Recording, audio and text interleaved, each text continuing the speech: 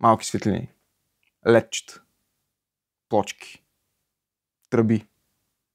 Не, това не е меден рудник.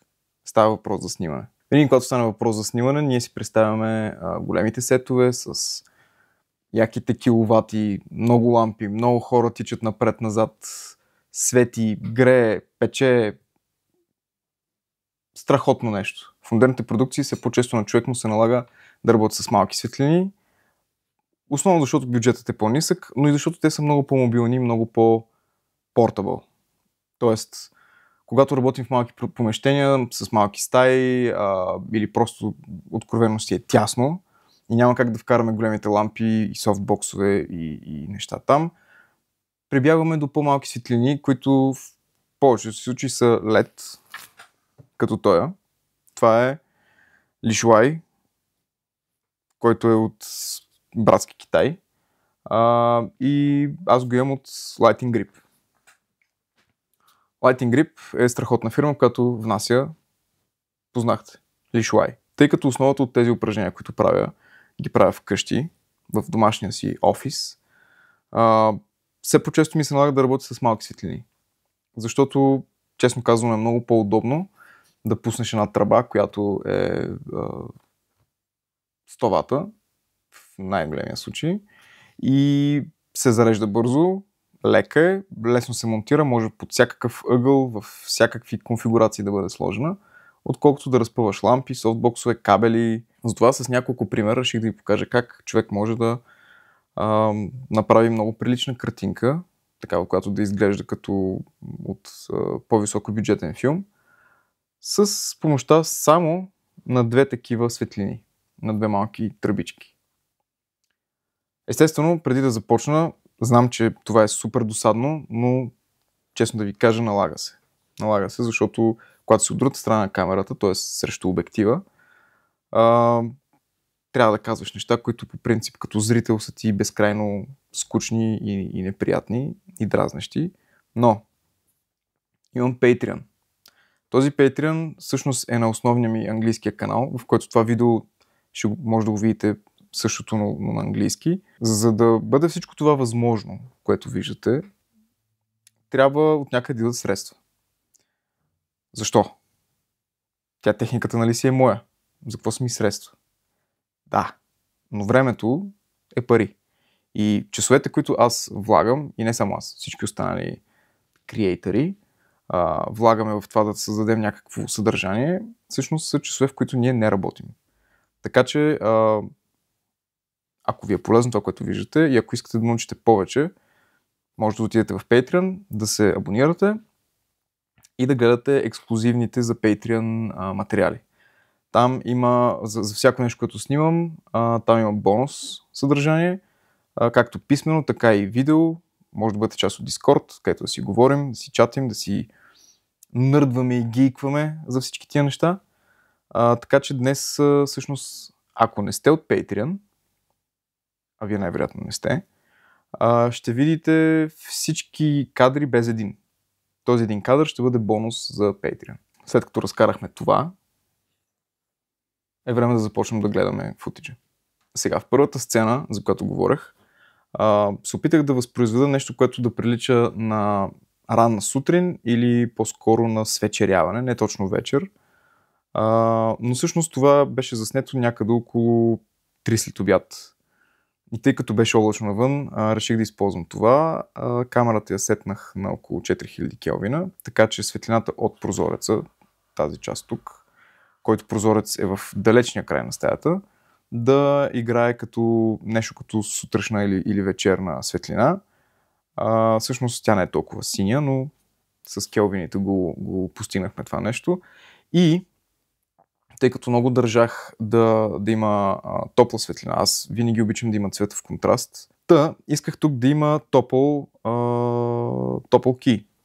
Съответно, знаете, в киното, за да бъде всичко, за да изглежда всичко добре и да не изглежда просто като поредното ютубърско видео, откъдето зелени, сиви, червени, розови и какво ли още не цветове се появяват от никъде, само и само защото имаме RGB тръби, но това е за друго видео. Всичко трябва да бъде мотивирано, всяка една светлина. Съответно, използвах практикъла, който е истинската нощна лампа до леглото, за да създам ето тази отсечена линия тук. Тоест тази светлина, която виждате по пода, тя е от истинската нощна лампа, съвсем реална е светлината и тя ни помага да мотивираме ето всичко това, което е топло тук. Това всичко, което виждате, е плод на едната тръба, която те са две малки 25 см тръби, Full RGB. И всъщност аз обичам да работя основно с келвини, не обичам да работя с Hue или RGB миксър. Естествено, ако вие предпочитате друго, няма никакъв проблем. Но аз сложих тръбата на най-топлия вариант, който мисля, че беше 2600 келвина. И тук, и както виждате от снимките, които са на екрана, я насочих горе-долу в посоката, от която идва реалната светлина. Сега, реалната светлина изобщо не беше достатъчна, така че трябваше със сигурност да се подсили с тръба. Не съм я омекотявал допълнително, първо защото в реалния живот светлина и то особено такъв малък източник като тази нощна лампа изобщо не е мек. А и второ, аз лично не държа всичко да бъде рекламно меко, всичко да бъде с едни гладки сенки. Не, аз обичам да бъде близо до реалността и да прилича повече на филм. А вие много добре знаете, че във филмите много рядко всичко е идеално излъскано и полирано.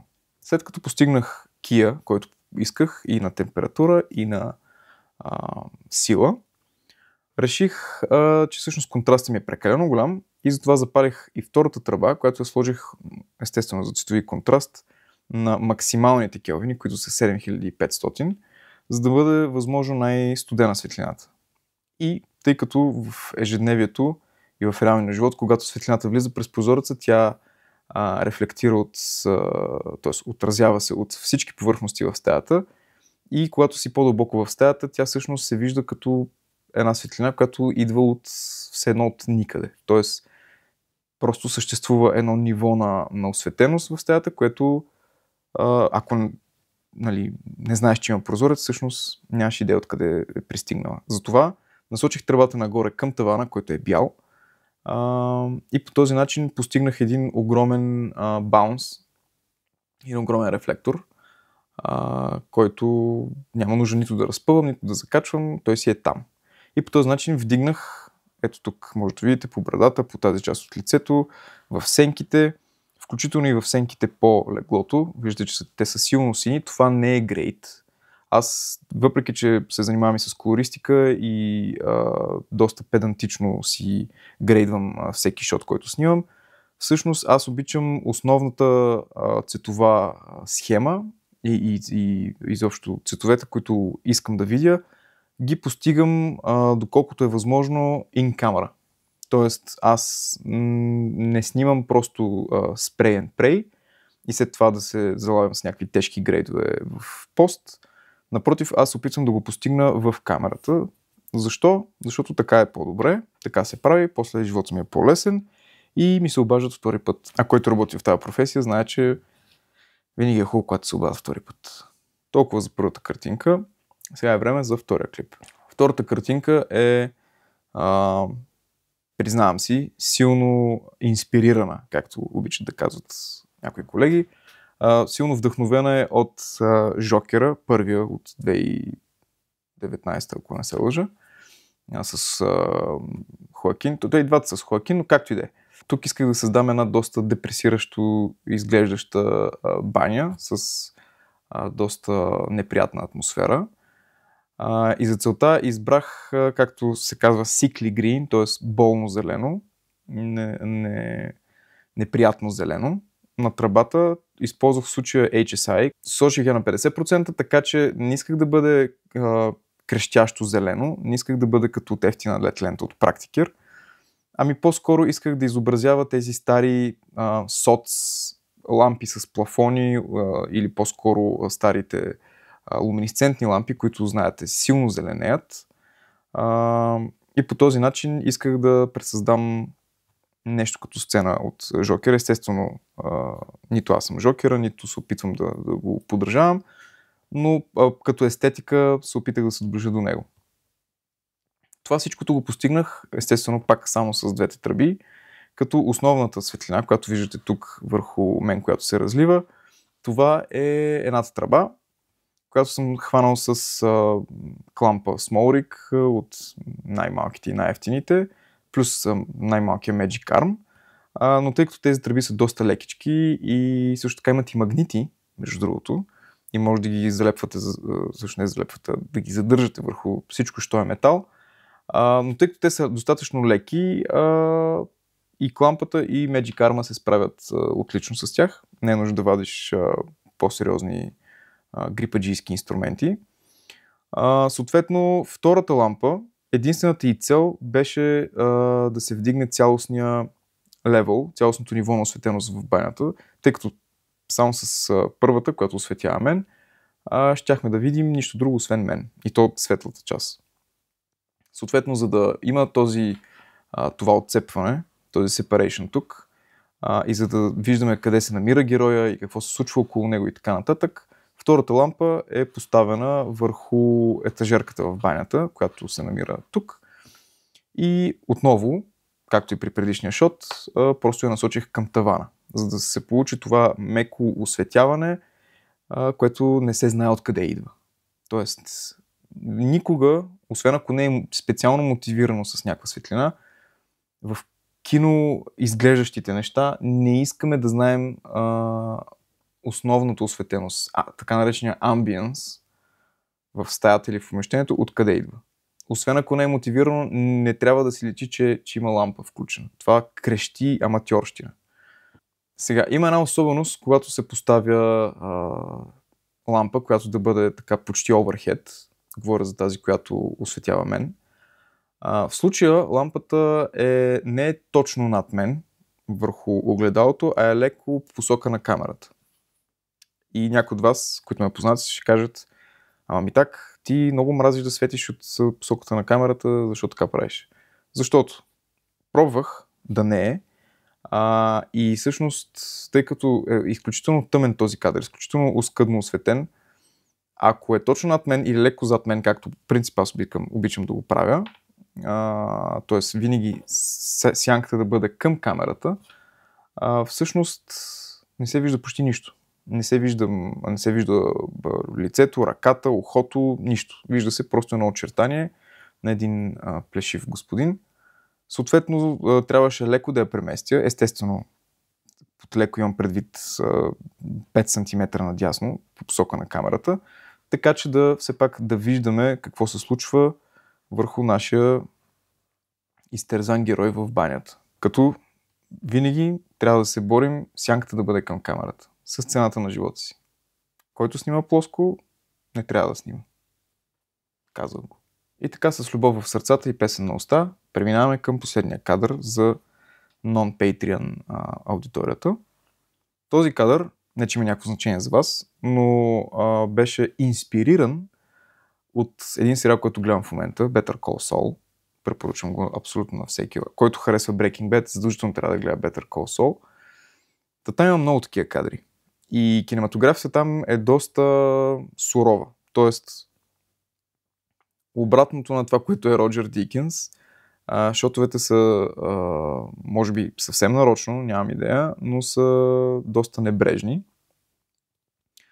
Но предполагам, че това е търсен ефект, защото при тях всъщност историята е с огромна част и композициите всъщност са им много интересни. Но от към осветление и от към